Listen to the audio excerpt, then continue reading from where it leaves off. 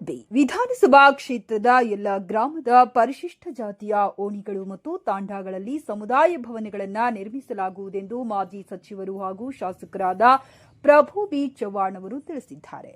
Aurad B ತಾಲೂಕಿನ ಗಮಸುಬಾಯಿ ತಾಂಡಾ ಬೋಂಥಿಯಲ್ಲಿ March 21ರಂದು ನಡೆದ ಸಮಾಜದ ಚಿಂತನ ಮಂಥನ ಹಾಗೂ ಜಾಗೃತಿ ಕಾರ್ಯಕ್ರಮದಲ್ಲಿ ಶಾಸಕರು ಮಾತನಾಡಿದರು. ಪರಿಶಿಷ್ಟ ಸಮುದಾಯ ವಾಸಿಸುವ ಎಲ್ಲಾ ಗ್ರಾಮಗಳಲ್ಲಿ ಸಮುದಾಯ ಭವನಗಳನ್ನು ನಿರ್ಮಿಸಬೇಕೆಂದು ನನ್ನ ಬಹುದಿನಗಳ ಕನಸಾಗಿತ್ತು. ಗ್ರಾಮ ಸಂಚಾರದ ಸಂದರ್ಭದಲ್ಲಿಯೂ ಪ್ರತಿ ಊರಿನಿಂದ ಈ ಕುರಿತ ಬೇಡಿಕೆಗಳು ಬಂದಿವೆ. ಹಾಗಾಗಿ ಶಾಸಕನಾಗಿ ಆಯ್ಕೆಯಾದಾಗಿನಿಂದ ನಿರಂತರವಾಗಿ ಸರ್ಕಾರಕ್ಕೆ ಪ್ರಸ್ತಾವನೆಗಳನ್ನು ಸಲ್ಲಿಸುತ್ತಾ ಬರುತ್ತಿದ್ದೇನೆ. ಅದಕ್ಕೆ ಸ್ಪಂದನೆ ಸಿಕ್ಕಿದ್ದು ಎಲ್ಲ ಗ್ರಾಮಗಳ ಎಸ್ಸಿ ಓಣಿಯಲ್ಲಿ ಸುಂದರ ಸಮುದಾಯ ಭವನಗಳು ನಿರ್ಮಿಸುವ ಸಂಕಲ್ಪ ಸಾಕಾರವಾಗುವ ದಿನಗಳು ಹತ್ತಿರ ಬಂದಿವೆ.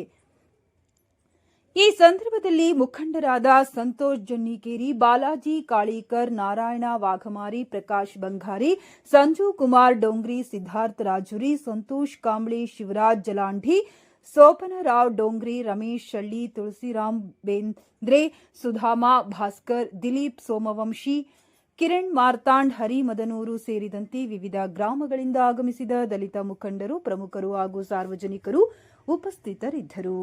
ರಾಜಯ್ಯ ಸ್ವಾಮಿ, ಜಿಕೆ ನ್ಯೂಸ್ ಕನ್ನಡ, ಔರತ್.